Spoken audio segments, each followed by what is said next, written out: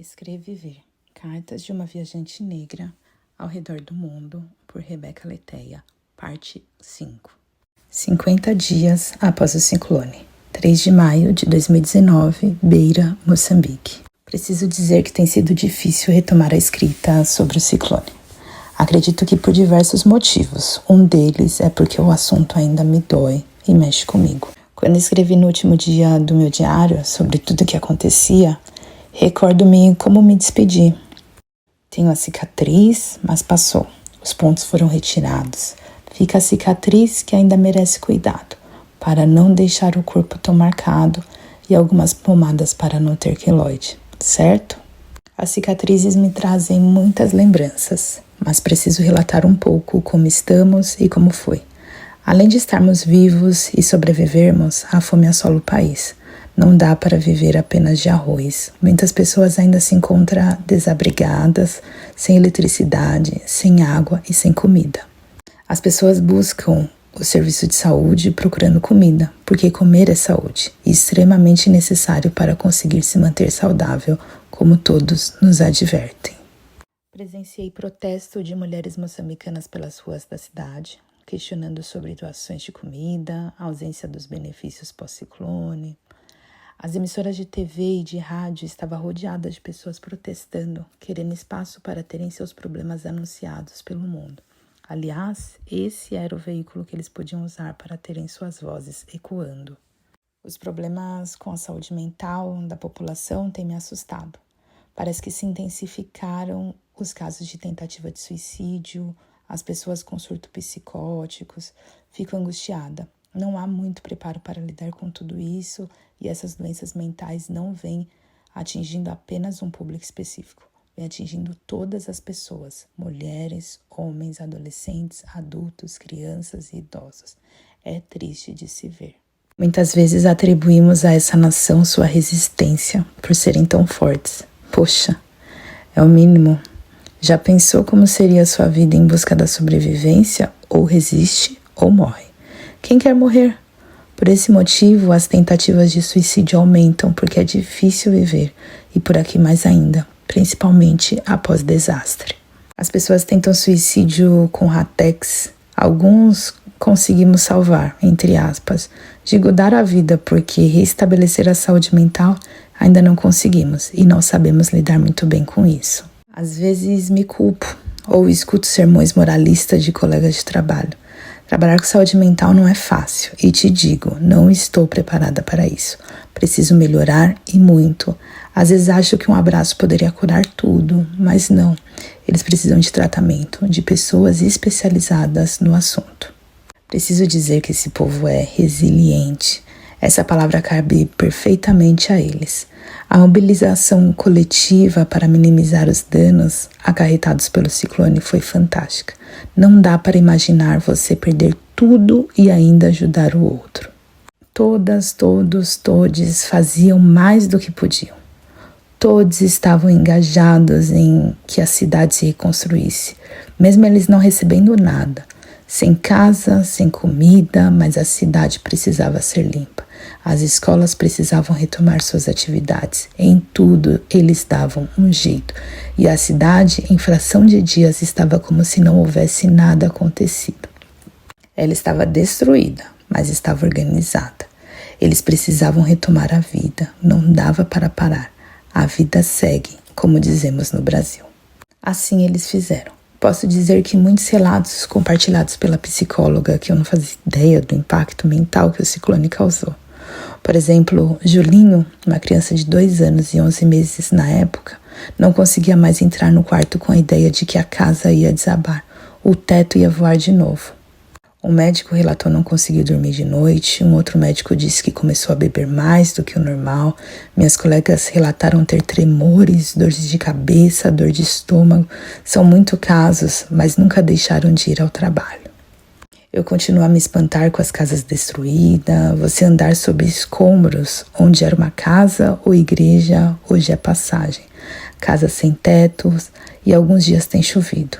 Não há quem escape. Choveu, molhou, estragou. Tem um comunicado do governo que as vendas de telhado, primeiro para as repartições públicas e depois para as casas.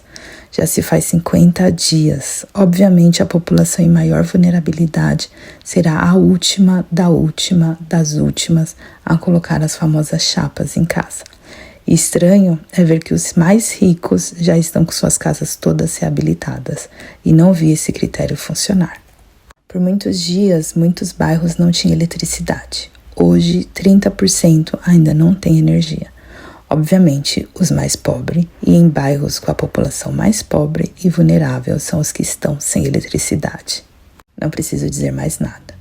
A casa de alguns amigos não tem eletricidade e fica difícil se movimentar por lá. Não tem sido fácil. A maioria dos estabelecimentos voltaram, pois precisam de dinheiro para conseguir reabilitar seus espaços. Muitos deles foram multados pelos valores abusivos dos produtos e encarecidos em cima dos clientes. Uma notícia que considero boa, além do apoio mútuo e mobilização coletiva desse povo, foi que a cólera, como esperávamos uma epidemia, não aconteceu.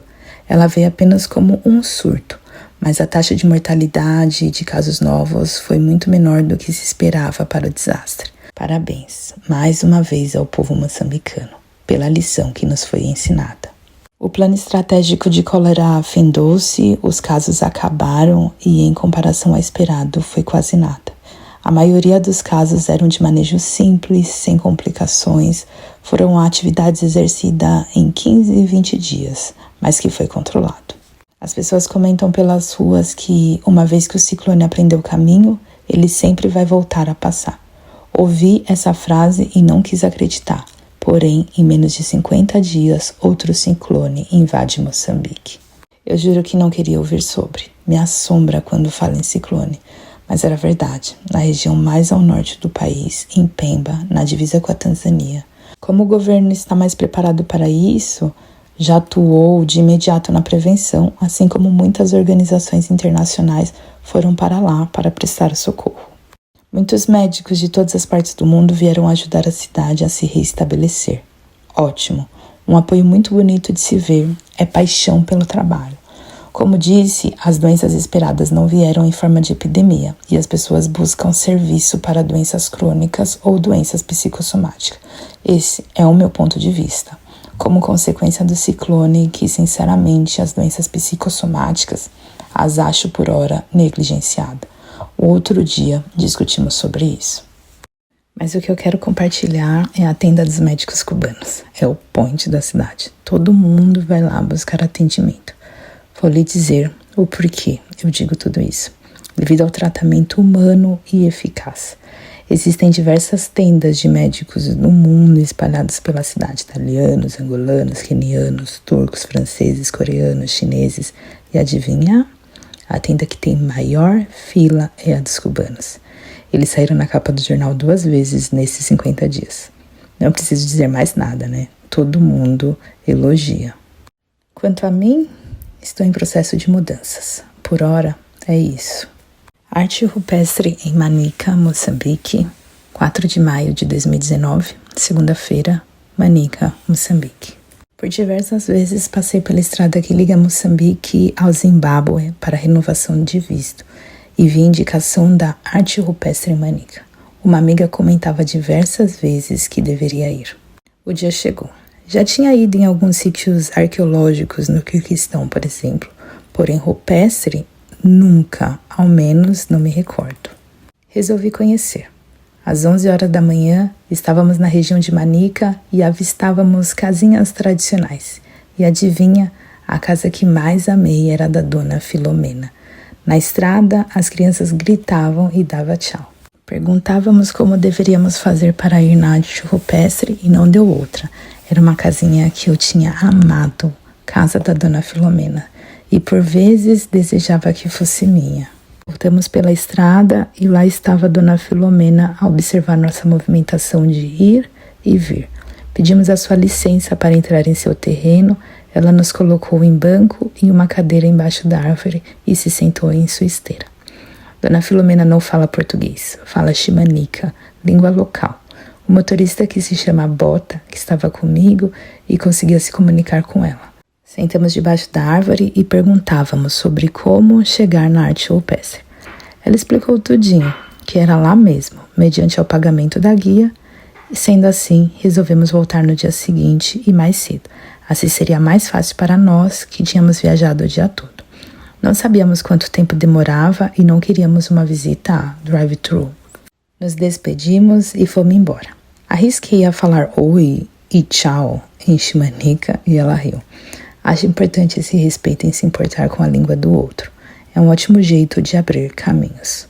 O grande dia chegou. Sinceramente, eu estava calma, tranquila e acho que não imaginava a imensidão do que esperava. Retornamos e as crianças encontravam-se nos mesmos quintais. Nós agora já tínhamos mais proximidades, porque elas nos viram ontem e hoje.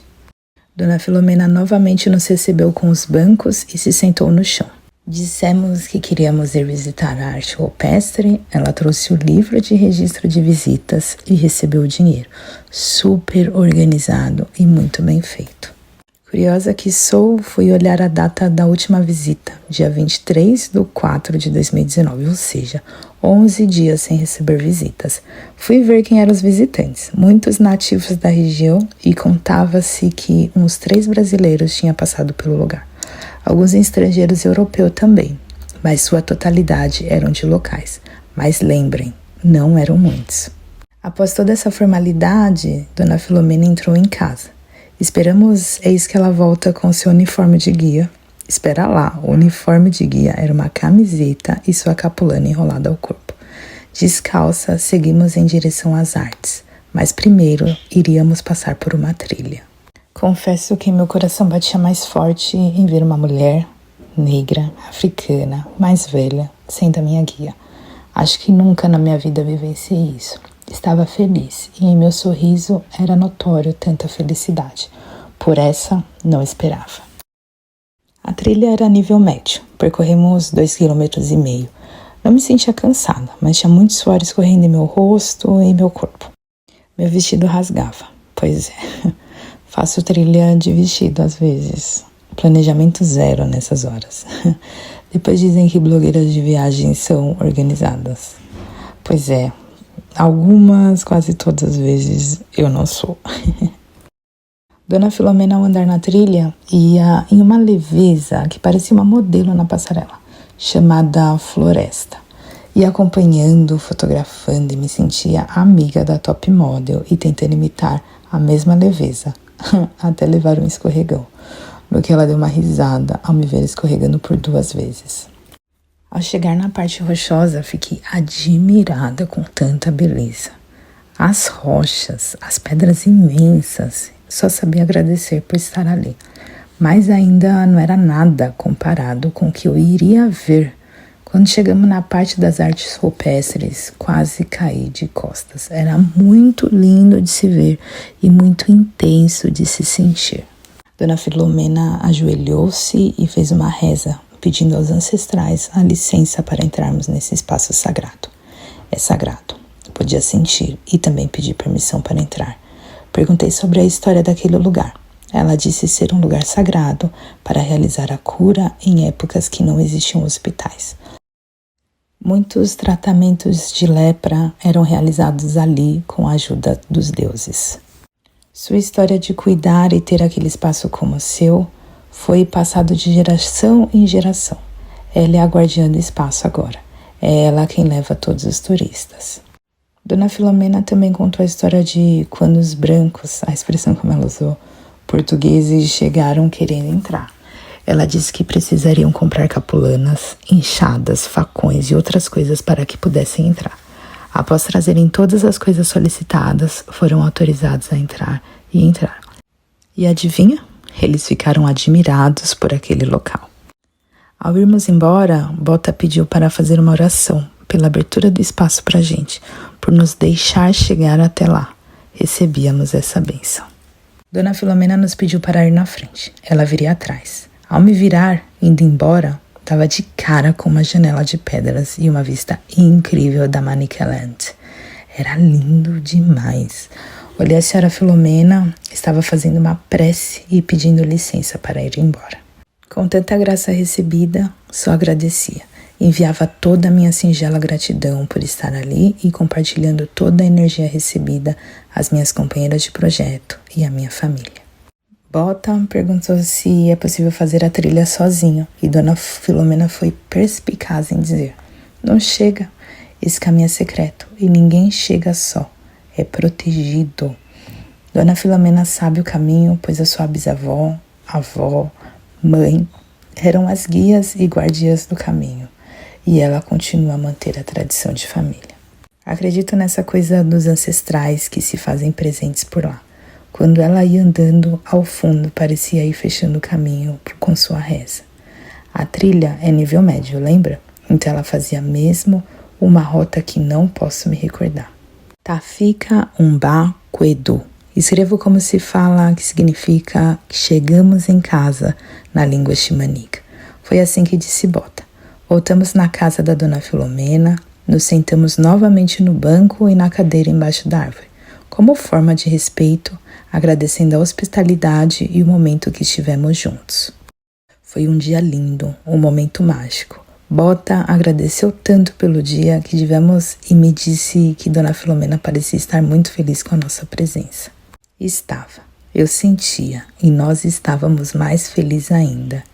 Da tenda, Dona Filomena, da tenda nossos antepassados, da tenda por esse momento, da tenda, Bota, por ter paciência comigo e me levar lá.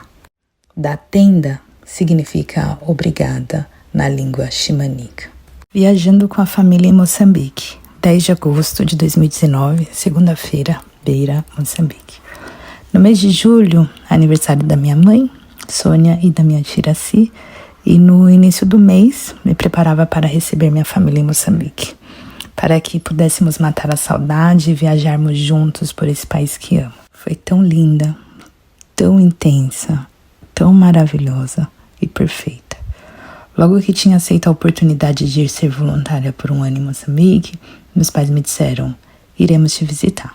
E aí não faltaram motivos de convidar a família toda. Era final de ano e os burburinhos eram: eu vou, eu vou, eu vou.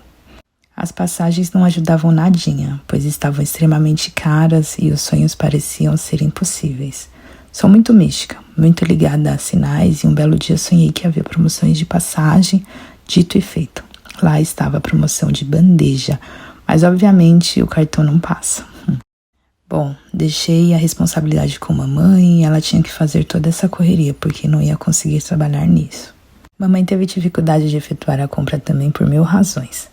Mas ela disse que um dia acordou com a Jujuba, a nossa cachorra, às 4 da manhã latindo e falou: acho que agora é a hora de comprar a passagem. Dito e feito, deu certo. Depois de alguns dias tentando, sem sucesso. Minha mãe começa a contactar todo mundo que tinha prometido ir na viagem. Para nossa felicidade, tia Iraci confirma a presença nessa viagem. E agora éramos 4. Eu, mamãe, papai e tia Iraci. Ai, que emoção essa viagem. Começa a planejar o que fazer para ser realmente uma viagem incrível. Já conheci alguns lugares de Moçambique e por me conhecer gosto de descobrir algo novo e junto com eles seria maravilhoso. Mas a viagem não era para ser minha, era para ser deles. Eles comandavam. Deixei livre para que eles pudessem me dizer qual roteiro de viagem. Queriam pelo sul ou norte de Moçambique. Meu coração palpitava para o norte do país. Queria conhecer mais da cultura matriarcal.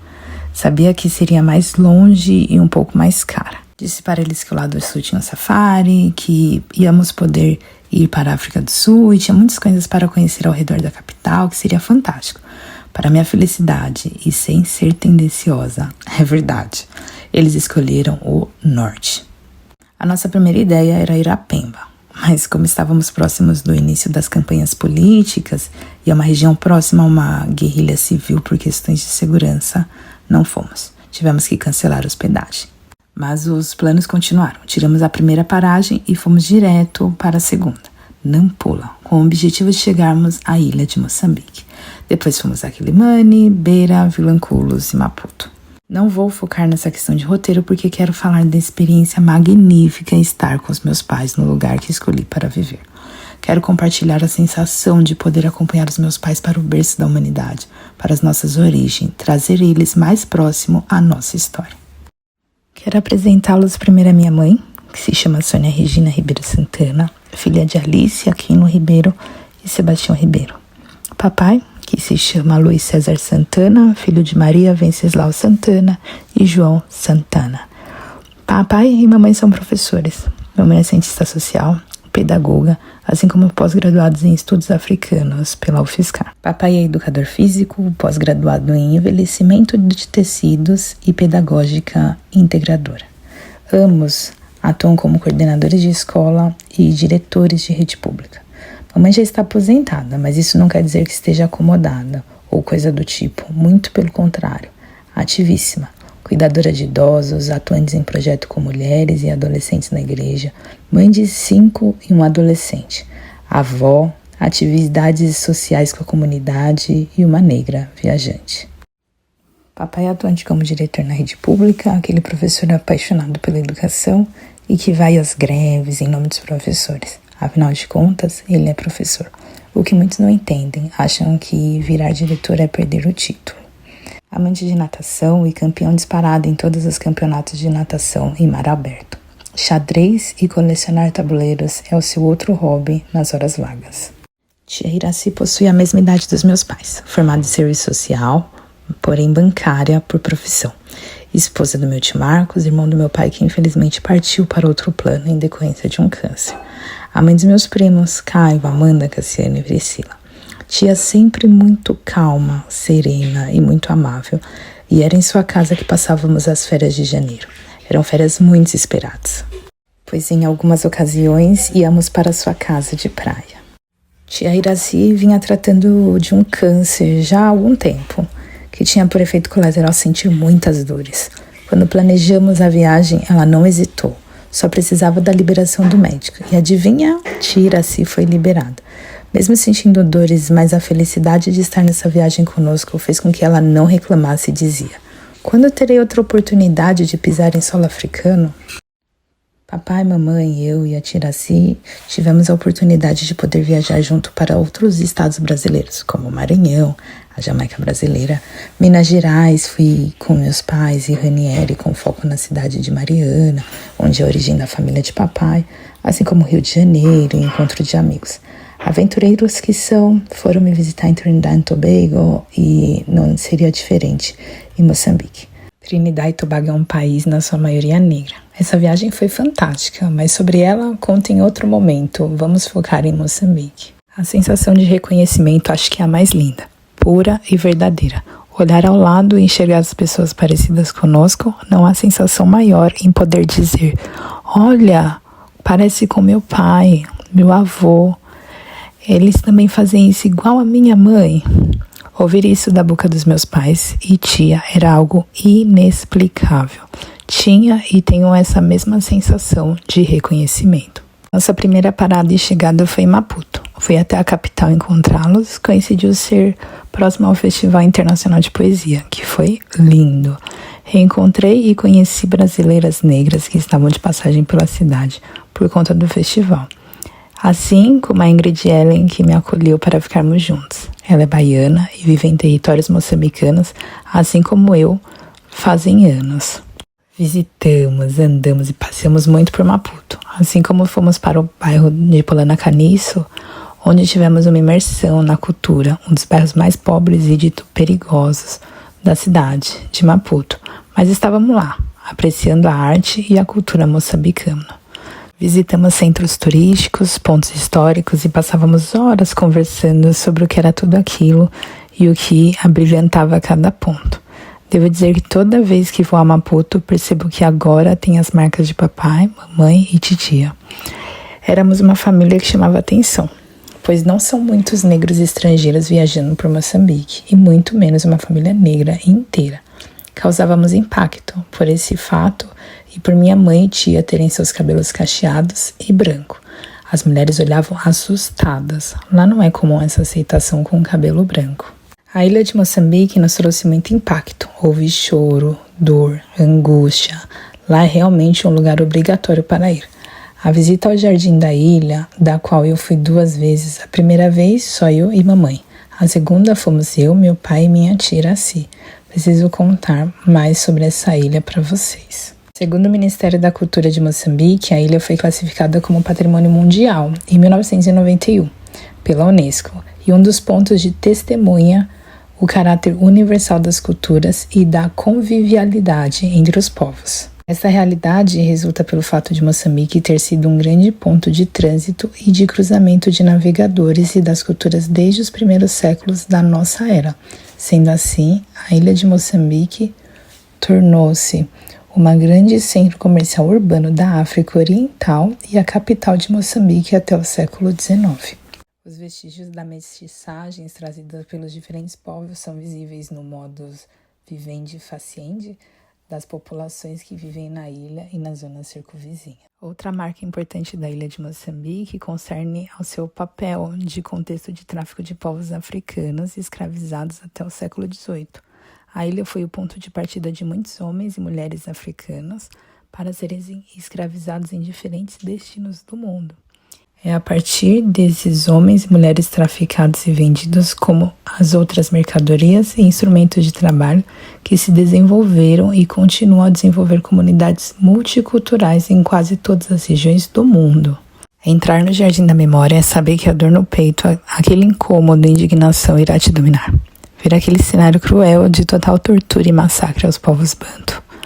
Lá podemos ver esculturas de todos os povos muito parecidos conosco, com os nossos pais, avós. Era uma mistura de dor e acalanto de ser igual, mas reconhecer essas dores era muito pesado. Tivemos a oportunidade de ter um guia que nos contou boa parte da história com muita dor, muito cuidado e amor. Assim também como quando saímos do portão, podíamos contemplar o pôr do sol, que entrava pelo portão vazado.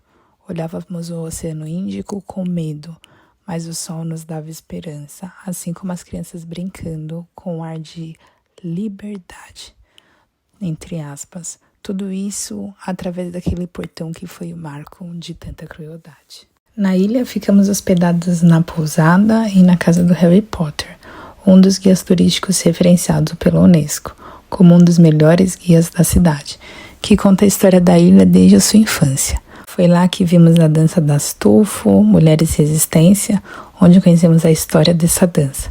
Foi tão lindo que vocês nem imaginam. Depois fomos visitar ilhas. Mamãe tem medo de mar, mas estávamos na época das baleias e queria ver as baleias. Que maravilhoso contemplar as baleias, golfinhos e tartarugas. Preciso contar aquelas entrelinhas que quando fomos começou a chover e lá estávamos com mais medo, mas resistindo bravamente. Assim como conseguimos abrigo em uma ilha isolada de tudo, mas muito bem acolhidos. As baleias transbordaram nossos olhos de tanta alegria, elas dançavam na nossa frente. Fomos saudados pela Mãe Natureza através da chuva e dos animais marítimos. Comemos comida local com os pescadores, gostamos tanto que repetimos por diversas vezes. Onde comem os pescadores era o nosso lugar favorito. Assim como comprar os bolinhos das meninas que andavam pela vila, algumas vezes morrendo de fome, mas não comem nenhum para não faltar no orçamento. O Forte de São Sebastião também nos impressionou. Quanta história! Conhecer cada pedacinho fazia muito sentido e trazia muita história da arquitetura portuguesa com as forças e sabedoria dos povos moçambicanos, até mesmo na realização do cimento à base das plantas. Foi na ilha de Moçambique que vimos manifestações políticas pela luta por um governo democrático, vimos rituais de casamento para meninas, vimos mulheres como Ciro, a vida de pescadores, marisqueiras, crianças e mulheres. O mar da ilha é muito rico em frutos do mar. Você percebe que a maior parte da renda vem através do mar e, obviamente, do turismo. A população mais pobre é a que menos se beneficia com esse dinheiro do turismo.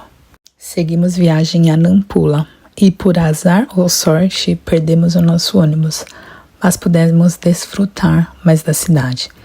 E lá fomos nós ao Museu da Etnografia, que sinceramente é muito lindo, que histórias.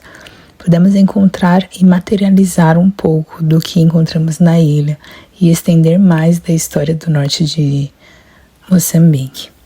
Conhecer a história das tradições culturais do país, assim como ver a explicação dos futuros presidentes, com fotos e imagens de crianças nos seus diversos sonhos. Que lindo, que acalanto. Conhecemos também um artista que retrata a história de Moçambique através dos seus desenhos. Ficamos impressionados e, obviamente, queremos saber de toda a história, a parte que ninguém conta. Lá estava retratada através das gravuras e desenhos. Ninguém nos conta que houve muitas revoltas do povo dentro dos navios. Sim, guerreavam por liberdade, guerreavam por busca de igualdade. Os oceanos tiveram lutas, guerras, sangue. Não era apenas uma viagem, era uma longa viagem regada de tortura para chegar em outro local e ser torturado. É melhor pedir sentença de morte, não é mesmo? Quilimane, conhecido como Pequeno Brasil, pelo seu carnaval, pelo seu povo. Em Quilimane tínhamos uma amiga, a Fafá, aquela jovem empreendedora que movimenta tudo à sua volta e transforma a história das mulheres da sua comunidade. Ela organizou tudo, desde a nossa estadia até a nossa alimentação, os passeios pela cidade e a viagem até a beira. No caminho de volta, quebrou um carro e fomos auxiliados por um borracheiro que nos convidaram para ir na casa de moradores locais, pois era lá onde eles iam conseguir tirar a peça de um carro e nos vender. Foi embaixo da sombra de uma árvore e da casa de Makuti, como eles chamam, que ouvimos som ao fundo. Eram crianças brincando e cantando. Vamos lá ver. Ser criança. Elas nos olhavam impressionada por sermos diferentes e nós também olhávamos relembrando nossas infâncias e o quão igual éramos. As mães dessas crianças apareceram e ficamos horas a rir. A nossa língua também era motivo de muitas risadas entre elas. O dono da casa tirou um coco do coqueiro e nos ofereceu de presente, para que pudesse acompanhar a gente na viagem. Após algumas horas, o carro ficou pronto e assim seguimos viagem. Chegamos em Beira, a cidade na qual vivo. Tínhamos que passar por cá. Visitar minha casa, conhecer meus amigos, dormir na minha cama e, obviamente, queria paparicar meus pais. Teria muito significado essa vinda, até por conta de ser a zona devastada pelo ciclone Idai. Fizemos uma festa de recepção com os meus amigos de trabalho e um almoço em casa. Queria imergi-los na minha vida em África, assim como a entrega de presentes. Foi tão lindo, foi mágico, eles amaram e, obviamente, amei mais ainda tê-los no meu meio. Visitamos Vilanculos, onde era praticamente o final da nossa viagem juntos e que, por sinal, era um final de semana de Dia dos Pais. Nos divertimos tanto. Papai foi para o passeio de dunas comigo, contemplar o pôr do sol, assim como no outro dia ele foi para as ilhas arqueológicas do país. Resolvi ficar com mamãe e titia e caminhar pela cidade. Foi tão bom, tão gostoso, porque era um momento só das mulheres, de papo vai e papo vem. Preparei um café da manhã com um mix moçambicano e brasileiro, trazendo um pouco da gastronomia local e com a nossa paixão brasileira. Foi delicioso.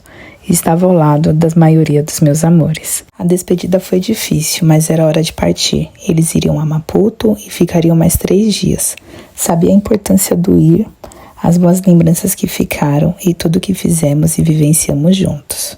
Sou grata a Deus por poder proporcionar esse momento de poder vivenciar o continente africano e Moçambique com os meus pais e tia. De poder trazer eles junto a mim e mostrar meu novo mundo. Uma experiência dessa não tem preço. Viajando pela África do Sul com Ranieri, 8 de fevereiro de 2020, sábado, em tal da casa do Raspiri, Maputo, Moçambique. Preciso dizer que uma das viagens mais lindas da minha vida foi a com Ranieri, meu irmão de 17 anos, recém-completados no dia 22 de janeiro. Quando ele pisou em terras africanas sozinha, era o seu aniversário.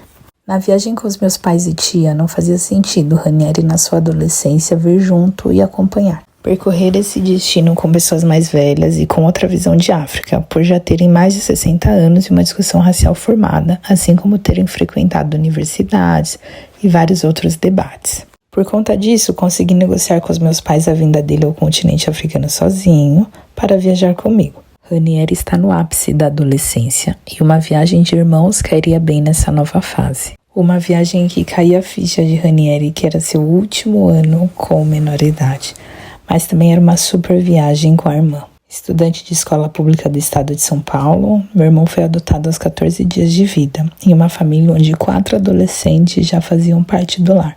O novo aconteceu. Ranieri já teve a oportunidade de viajar com os pais enquanto criança para a Argentina, Venezuela, Trinidad e Tobago.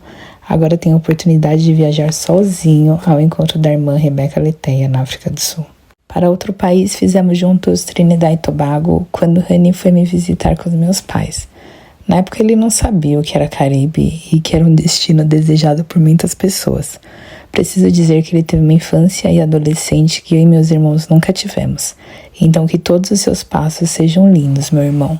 Realmente foi uma viagem linda, regada de muita cumplicidade, diversão e imersão na cultura. Podemos dizer que fascinou. Ficamos hospedados em Soweto, na casa de locais, e fazer tudo com eles, como assistir o jogo de futebol do Orlando, gritar feito loucos, pegar um Uber, participar da cena quando pediram para o motorista parar no drive-thru para comprar comida, e com a maior calma do mundo, o motorista aceitou, sendo impossível para paulistas, assim como participar de uma festa com jazz ao vivo com a galera local, a madrugada toda. Aceitamos o convite do Andrew, um amigo que conheci no festival de música Bushfire, para nos hospedarmos na sua casa, com direito de acompanhar uma cerimônia fúnebre. Certeza de que o Ranieri quase me matou. Ele odeia velório. Imagine falando em inglês e sem conhecer ninguém. Viajar tem dessas, precisamos passar por todos esses rituais da vida. Espero que ele lembre desse episódio. Andrew sacaneou a gente desde o começo. Pediu que nós fôssemos de ônibus de Joanesburgo até Pretória. Queria dar um choque de realidade. Depois foi o funeral e, por último, nos hospedou na casa de sua mãe, no quarto de uma irmã. Não era nada mal, mas era um teste de resistência e de vida roots à África, como ele gostava de dizer. Após todos os testes, bingo, fomos aprovados para ir à sua casa, quer dizer, à sua super casa, com direito de deixar a chave conosco e fazer as compras no mercado, que ele nos acompanhou e pedia para escolher tudo o que quiséssemos. Eu e o Ranieri não entendíamos muito e com muita vergonha não pegávamos nada, enquanto ele não parava de encher o carrinho. Quando fomos pagar a conta, Andrew fala que não estou casada porque quero sempre dividir ou pagar a conta. E ele ressalta, isso não é assim em África, deixe o homem pagar. Vale a pena lembrar que Andrew e eu nunca tivemos nada. Sempre foi amizade e sempre muito gentil. Confesso que nunca imaginei ser acolhida como fomos. Principalmente por ter mais uma pessoa comigo. Como irmão, filho, marido. Mas é isso, mera bobagem a minha. As pessoas sempre querem ajudar e trocar. Refleti sobre mim, que com certeza abrigaria um casal, 2 pessoas, 3, e uma família viajando juntos na minha casa. Foi uma super lição e excelente jeito de mostrar ao meu irmão como as pessoas me abrigam. Quer dizer, nos abrigam. Andrew foi incrível quando pegou a chave e disse, aqui está a casa para vocês, aproveitem. Fiquem o tempo que precisarem e foi embora. Ele aparecia do nada, assim como ia embora do nada. Ele tinha um cachorro lindo, um Bull Terrier, que era muito amável conosco e um grande companheiro. Curtimos bastante, até foi uma forma de economizarmos dinheiro, pois tem 2 lados dessa viagem, né? Meu irmão mais novo e eu querendo dar tudo para ele, mas ao mesmo tempo querendo economizar ao máximo, porque a grana não estava assim brotando. A cena era um adolescente em contato com o universo das compras, das marcas, das outlets, do Adidas e dos 1000 produtos que não chegam no Brasil. E a irmã podendo tudo. Isso o meu irmão nunca me perdoará. Mas saiu com a consciência tranquila de que quando ele tiver o dinheiro dele, ele gaste com isso. Conseguimos ir ao safari, que foi uma decepção para o garoto, tadinho. Para quem assiste National Geographic, quer aquela adrenalina, né? Colocando todas as contas na ponta do lápis, o safari top realmente são vários dias. Mas é muito caro, o preço de um voo de ida e volta do Brasil. Então tivemos que nos contentar com o básico. Porém, ele queria adrenalina na selva, o que infelizmente não é assim que rola. Mas fizemos o melhor que deu. Fomos a Cape Town. Acho que trazer a outra África do Sul era importante também. Ele já estava admirado pelos carros, os luxos, a cidade em si. As comidas e os temperos, não muito. Mas para lá, fomos de última hora. E foi muito legal. Ele amou. Parece que entrou na viagem de forma mais intensa. Mergulhou assim como podia curtir mais, sabe? Obviamente, é a primeira viagem internacional sem os pais, então podíamos deixá-lo mais à vontade, assim como ele também me deixava, a ponto de eu ir pra balada e ele ficar no hostel. Afinal de contas, la vida es una sola. Em Cape Town encontramos alguns amigos brasileiros de vários lugares do mundo. O Rani sentia mais presença do racismo por ali, ao ponto de ficar irritado. As pessoas em qualquer lugar do mundo me olham muito. Sou notável pelo fato de estar tão discreta e, obviamente, por ter uma cor de pele que destaca, assim como as roupas. Então era meio que esses dois mundos. Sofríamos racismo e era notório. Fazíamos amizade e a galera sempre nos convidava para sair, assim como pagava jantares, bebidas e por aí ia, e nós aproveitávamos. Foi engraçado, pois mais uma vez viajar com um adolescente não me impedia de nada, além do que já faço normalmente, apenas viver e viajar. Devo dizer que essa viagem foi linda, me aproximei muito mais do meu irmão e pudemos passar 15 dias juntos após 3 anos distante viajando pelo mundo. Na hora da partida, ele foi e eu iria continuar minha viagem pelo continente. Meu grande companheirinho foi embora, mas na certeza de que essa viagem ficará para o resto da vida dele, assim como ficou para mim.